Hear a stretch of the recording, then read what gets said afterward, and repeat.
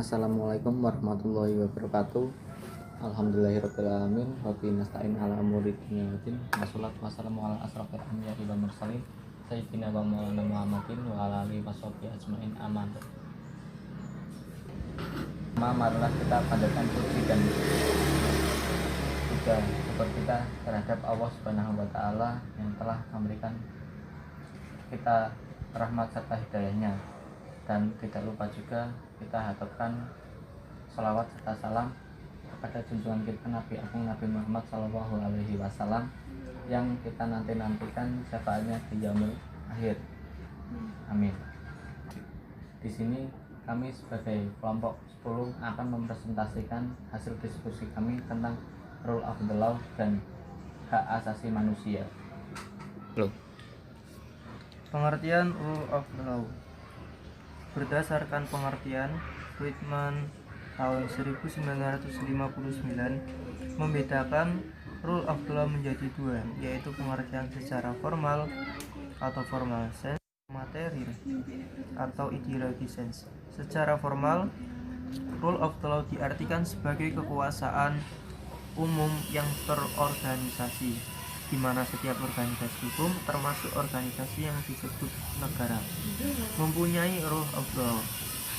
Secara hakiki, rule of the law terkait dengan penegakan rule of the law karena menyangkut ukuran hukum yang baik dan buruk atau just and unjust law. Rule of the law terkait erat dengan keadilan, sehingga rule of the law harus menjamin keadilan yang dirasakan oleh masyarakat.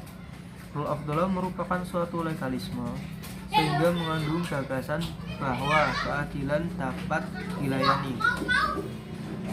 Giese mengkristallisasikan konsep rule of the law menjadi 3 unsur, yaitu yang pertama supremacy of law, yang kedua equality before the law, yang ketiga the constitution based on individual right. Adanya pelindungan hak-hak individual yang tegas di dalam konsepsi rule of the law telah membuat beberapa pakar hukum Indonesia yang merasa keberatan terhadap konsepsi rule of the law.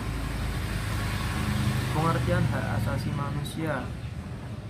Hak asasi manusia dalam pengertian umum adalah hak-hak yang dimiliki setiap pribadi manusia sebagai anugerah dari Tuhan yang telah sejak lahir. Hak asasi manusia memiliki cabang ilmu sendiri untuk mempelajarinya. Yang pertama yaitu menurut John Locke, hak asasi manusia adalah hak yang langsung diberikan Tuhan kepada manusia sehingga cabang ilmu tentang hak asasi manusia yaitu yang pertama menurut John Locke, hak asasi manusia adalah hak yang langsung diberikan Tuhan kepada manusia sebagai hak yang kodrati. Yang kedua menurut John Matterson atau beliau anggota Komisi HAM di PBB. HAM adalah hak-hak yang ada pada setiap manusia yang tanpanya manusia mustahil hidup sebagai manusia. Yang ketiga menurut Miriam Budiarjo, hak asasi manusia adalah hak yang dimiliki setiap orang sejak lahir di dunia.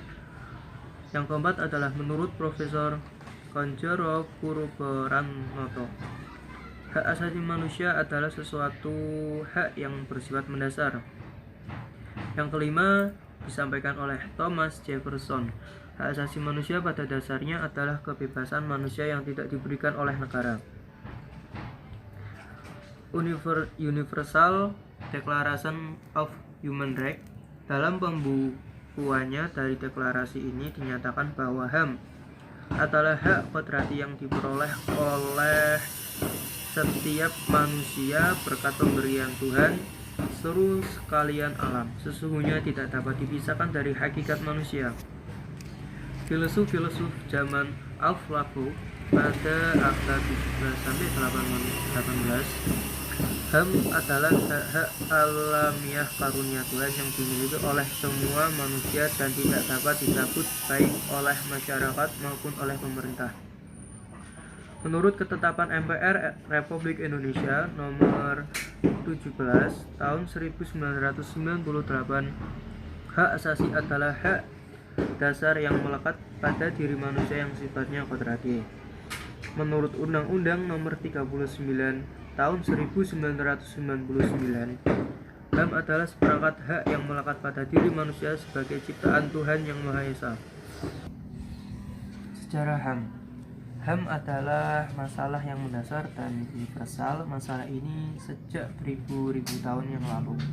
Perjuangan melawan perbudakan kaum Yahudi di Mesir pada zaman Nabi Musa pada hakikatnya mendorong oleh kesadaran untuk membela keadilan dalam rangka menegakkan HAM. Yang pertama juga dulu ada hukum, Solon, Perikles, Socrates, Plato, Aristoteles, Socrates, Plato, dan Aristoteles.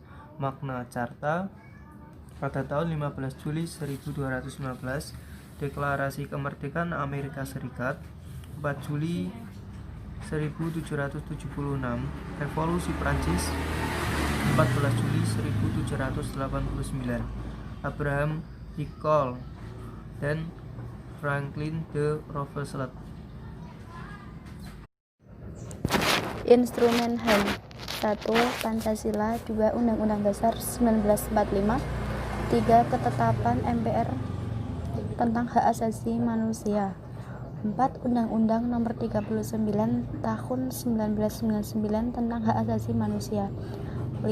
Undang-Undang Nomor 26 Tahun 2000 tentang hak asasi manusia 6. Peraturan perundang-undangan lain yang pada hakikatnya memuat padanya jaminan perlindungan terhadap hak asasi manusia.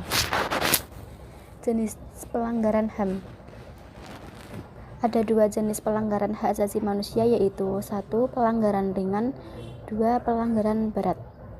Menurut Undang-Undang Nomor 26 Tahun 2000 tentang Pengadilan HAM, pelanggaran berat dibedakan menjadi dua, yaitu 1. Kejahatan genosida. Kejahatan genosida merupakan perbuatan yang dilakukan dengan maksud untuk menghancurkan, memusnahkan seluruh atau sebagian kelompok bangsa, ras, etnis, dan agama. 2. Kejahatan terhadap kemanusiaan. Kejahatan terhadap kemanusiaan merupakan perbuatan yang dilakukan sebagai bagian dari serangan meluas atau sistematik yang diketahuinya bahwa serangan tersebut ditunjukkan secara langsung terhadap penduduk sipil. Lembaga Perlindungan HAM. 1. Komisi Nasional Hak Asasi Manusia atau Komnas HAM. 2. Pengadilan HAM. 3. Lembaga Bantuan Hukum. 4. Upaya penegakan HAM. Dukungan tersebut dapat ditunjukkan antara lain dengan sikap menghormati dan melaksanakan instrumen HAM, membantu terlaksananya program penyuluhan hak dan HAM, ikut aktif mensosialisasikan hukum dan HAM, menghargai hak kaum perempuan, membantu terlaksananya perlindungan hak anak. Upaya penegakan HAM. 1. Tidak mengganggu ketertiban. 2. Saling menjaga dan melindungi harkat dan martabat manusia. Yang ketiga, menghormati keberadaan masing-masing. 4. Berkomunikasi dengan baik dan sopan. 5. Ikut membantu terselenggaranya masyarakat yang saling hidup berdampingan secara damai, saling menyayangi tanpa membedakan agama, ras, keturunan, dan pandangan politiknya, serta kelompok besar tidak memaksakan kehendaknya terhadap kelompok kecil dan sebaliknya. Sekian presentasi dari kami kelompok 10. Apabila ada tutur kata yang tidak berkenan, kami mohon maaf. Wassalamualaikum warahmatullahi wabarakatuh.